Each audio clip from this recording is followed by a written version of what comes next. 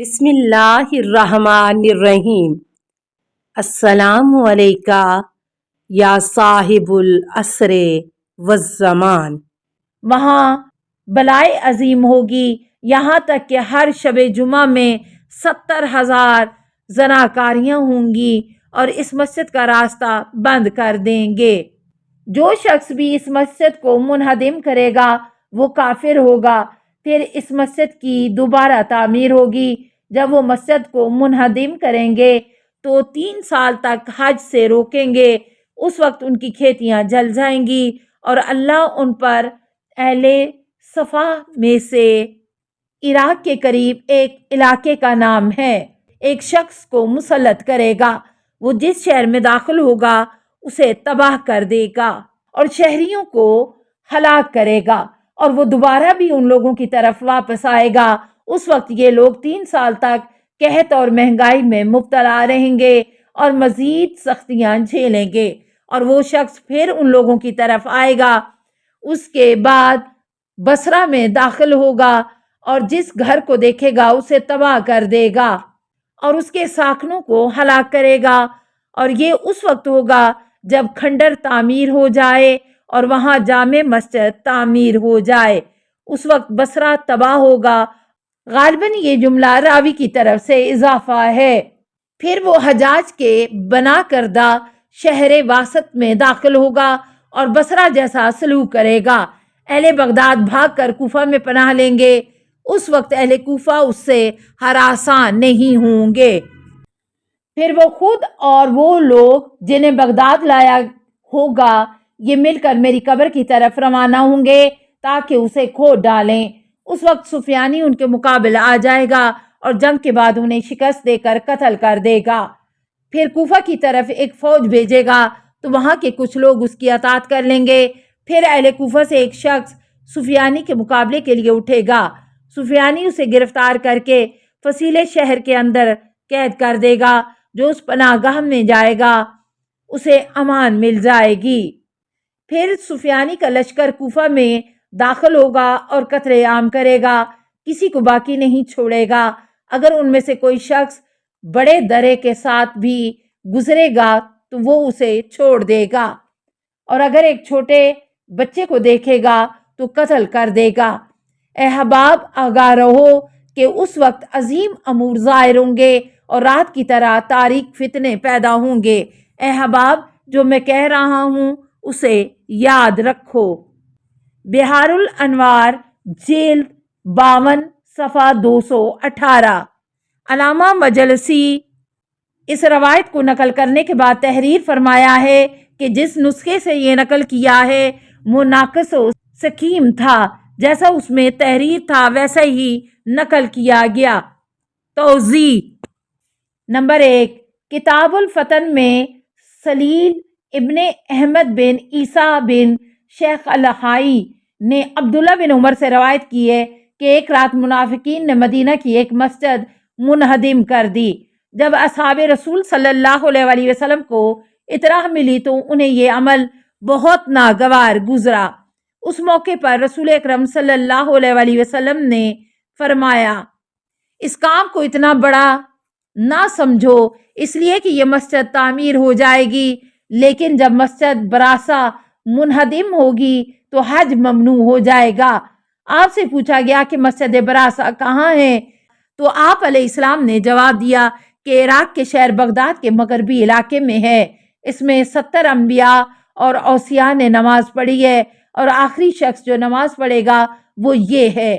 آپ نے ہاتھ سے حضرت مولا علی ابن ابی طالب علیہ السلام کی طرف اشارہ کیا۔ سلیلی نے تحریر کیا ہے کہ میں نے خود دیکھا کہ حنبلیوں نے اس مسجد کو تباہ و برباد کر دیا، اس کی چھت کی لکڑیاں جلا دیں اور خرمے کے درخت کو کاٹ ڈالا۔ یہ سانیہ 312 ہجری میں پیش آیا، اور اسی سال سلیمان بن حسن کرملی نے خروج کیا اور حاجیوں کو حج کرنے سے روک دیا۔ نمبر 2، روایت حباب کے بغیر مطالعہ سے یہ معلوم ہوتا ہے کہ یہ مسجد دوبارہ تعمیر ہوگی اور اس کے بعد دوبارہ منہدم بھی ہوگی۔ اس دوسرے انہدام کے بعد 3 سال تک حج کی ممانعت ہوگی۔ نمبر 3، اس کے نتیجے میں اہل صفا کا ایک شخص ان پر مسلط ہو جائے گا۔ نمبر 4، پھر سفیانی کا خروج ہوگا اور اس سبب سے جس میں 4000 افراد مارے جائیں گے۔ اس سلسلے میں امام صادق علیہ السلام ہی کی ایک روایت قابل غور ہے۔ آپ علیہ السلام نے فرمایا کہ ان لوگوں کی حکومت اس وقت تک نہیں جائے گی جب تک کہ یہ کوفہ میں جمعہ کے دن لوگوں کو کسی پوچھ گچھ کے بغیر قتل نہ کر دیں۔ گویا میں ان سروں کو دیکھ رہا ہوں جو مسجد کوفہ اور صابون والوں کے درمیان گر رہے ہیں۔ غیبت طوسی صفحہ 287۔ نمبر 4، دونوں روایتوں میں یعنی فلاں اور ان لوگوں کے الفاظ تقیہ کے سبب ہیں۔ ان سے مراد بنی امیہ یا بنی عباس کی نسل کے وہ حکمران ہیں جو اس زمانے میں ہوں گے۔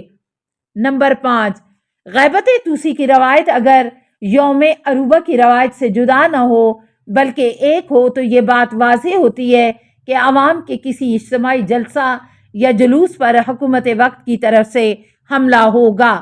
نمبر 6، باب الفیل مسجد کوفہ کا مشہور دروازہ ہے۔ یہ امیر المومنین کے زمانے سے ہے لیکن محلہ انصار اور صابون والوں کی جگہ دونوں علاقے اب غیر معروف ہیں۔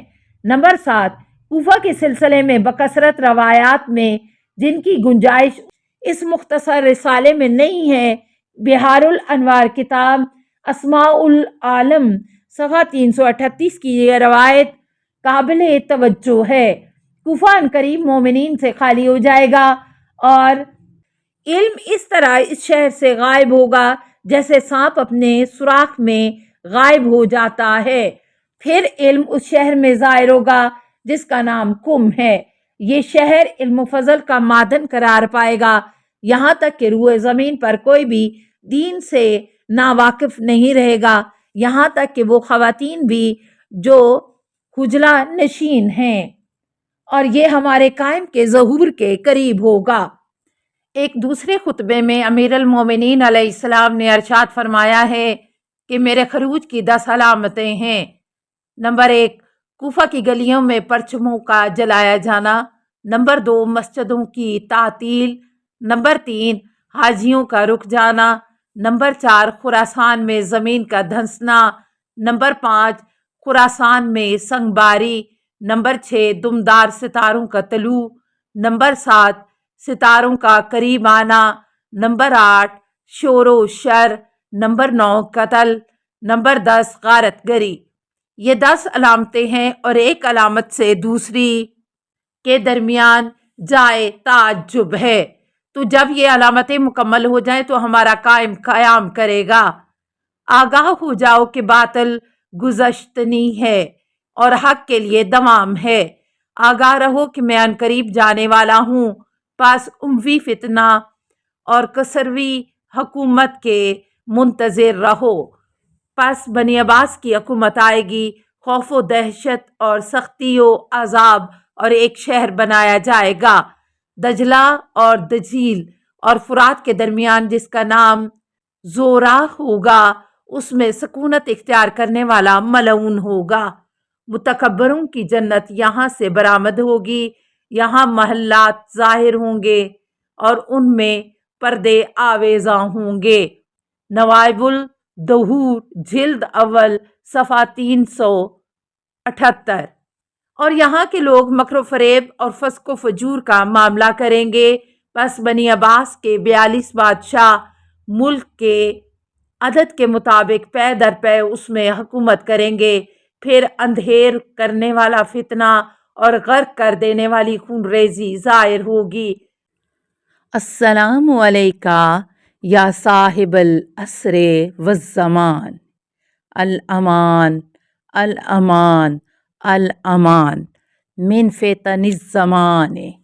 السلام علیکہ یا خلیفۃ الرحمن، السلام علیکہ یا امام الانس والجان، السلام علیکہ یا مظہر الایمان، السلام علیکہ یا شریک القرآن، السلام علیکہ یا قاطع البرہان، السلام علیکہ یا امام زماننا حاذا اجل اللہ فرجک و سہل اللہ مخرجک و ظہور کا السلام علیکہ ورحمۃ اللہ۔ اللہم صلی علی محمد و آل محمد